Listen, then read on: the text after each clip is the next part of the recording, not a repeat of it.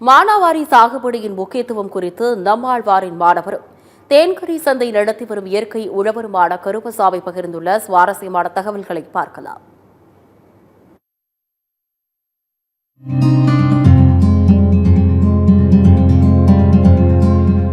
இன்று உலக அளவில் பூச்சிக்கொல்லி, களைக்கொல்லி, ரசாயன உரங்கள், வீரியமற்ற விதைகளின் பயன்பாடு, அதிக ஆழத்திலிருந்து நிலத்தடி நீரை சுரண்டுதல் என இயற்கைக்கு விரோதமான செயல்பாடுகள் கூடிக்கொண்டே வருகிறது. இதன் விளைவாக பச்சிளம் குழந்தைகளும் தீராத நோய்களுக்கு ஆட்பட்டு வருகின்றனர்.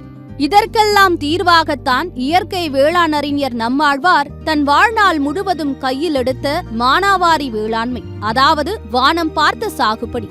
காரணம், குறைந்த பனி நீரிலே விளையும், காலம் காலமாக எந்தவித பருவ மாற்றத்தையும் சூழலையும் தாங்கி மரபு அறிவை தன்னகத்தே வைத்துள்ளது. அவற்றுள் குதிரைவாலி, வரகு, திணை, இருங்குச்சோளம், வெண்சோளம், செஞ்சோளம் போன்ற பல சோள வகைகள், நாட்டுக்கம்பு, கேழ்வரகு, காடைக்கண்ணி, சாமை போன்ற தானியங்கள், எண்ணெய் வித்துக்கள், பயறு வகைகள், மரபு நெல் ரகங்கள், கொத்தமல்லி போன்ற வாசனை பொருட்கள் என பல பல. அவை இன்றளவும் நம் முன்னோர்கள் பயன்படுத்திய மரபு விதைகளே. தலைமுறை தலைமுறையாக அவை கைமாறியுள்ளது.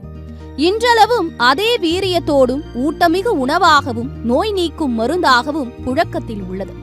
இன்றளவும் பெரும்பகுதி உணவு பயிர் விளையக்கூடிய நிலங்கள் மானாவாரி நிலங்கள்தான். அவை மனிதர்கள் மட்டுமின்றி சாகுபடிக்கு பிறகு மேய்ச்சல் நிலங்களாக கால்நடைகளுக்கும் குருவி உட்பட பல்லுயிர்களுக்கும் உணவு படைப்பவையாகவே உள்ளது. இன்றைய சூழலில் வேலையாட்கள் கிடைக்கவில்லை என்கிற குற்றச்சாட்டு நிலவி வரும் வேளையில் இந்த மானாவாரி சாகுபடி விதைப்பு, அறுவடை என்கிற தத்துவத்தை கொண்டுள்ளது. நாம் இன்று சாகுபடி செய்யும் பரப்பை விட நம் முன்னோர்கள் பெரும்பகுதி நிலப்பகுதியில் வேளாண்மை செய்தார்கள். அவை மேய்ச்சல் நிலங்கள், காடுகளை அடிப்படையாக கொண்டு விதைப்பு, அறுவடை என்கிற தொழில்நுட்பம் மட்டுமே. அதுவும் சுழற்சி முறையில் குறுகிய கால பயிர் தொடங்கி நீண்ட கால பயிர் வரை. முதலில் குறுகிய கால குறுவை சாகுபடி அறுவடையை முடிக்கும் போது நீண்ட சம்பா பயிர்கள் வளர்ந்து கொண்டிருக்கும்.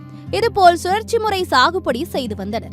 இதனால் இருக்கும் ஆட்களை வைத்து முறையாக சுழற்சி முறையில் மேலாண்மை நிர்வாகம் செய்து வந்தனர்.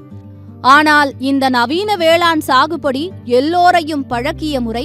எந்த பயிர்கள் என்றாலும் ஒரே பயிர் சாகுபடிதான். அதிக பரப்பு, அதிக விளைச்சல், அதிக லாபம் என்கிற தவறான வழிகாட்டல் முறை. இந்த தவறான விளைவுகளால் வேளாண்மையை விட்டு ஓடியவர்கள் அதிகம். ஆகையால் இனியேனும் விழித்துக் கொள்வோம். பலவிதமான பயிர் சாகுபடி, பல்லுயிர்களுக்கான சாகுபடி என்கிற அடிப்படையில் சாகுபடி செய்வோம். இருக்கும் மனித உழைப்பை சுழற்சி முறையில் கையாண்டு திட்டமிடுவோம். அதன் மூலம் விளைந்ததையே உண்போம். இனி வரும் காலங்கள் மானாவாரி சாகுபடிக்கான காலம். நிலம் அறிந்து, பருவம் அறிந்து, விதை அறிந்து, நம் பலம் அறிந்து, சந்தை அறிந்து சாகுபடி செய்வோம். இனி வரக்கூடிய காலங்கள் எச்சரிக்கையாக உணவை தேர்வு செய்ய வேண்டிய காலம். மரபணு திருத்தம் செய்யப்பட்ட உணவுகள் இந்தியாவில் சாகுபடிக்கும் சோதனைக்கும் உழவர்களின் நிலங்களுக்கு திணிக்கப்பட்டு விட்டது.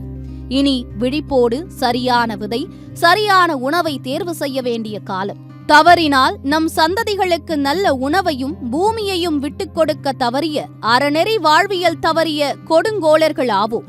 சத்தியம் செய்திகளுக்காக ஃப்ரைடே ஃபார் ஃபார்மர்ஸ் இயக்கம்.